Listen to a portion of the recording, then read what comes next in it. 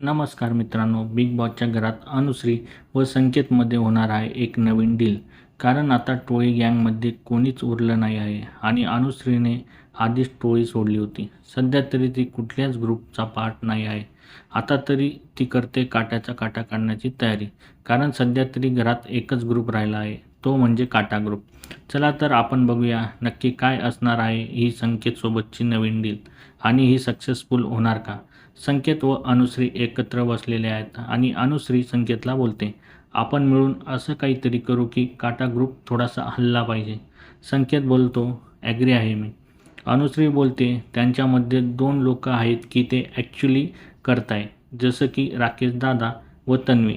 आणि 2 लोक आहेत जे काहीच करत नाही आहेत, ते म्हणजे दीपाली ताई आणि प्रभू.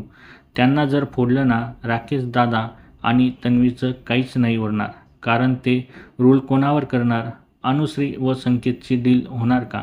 आणि ते दोघे काटा ग्रुप फोडतील का? हे कमेंट बॉक्समध्ये नक्की सांगा.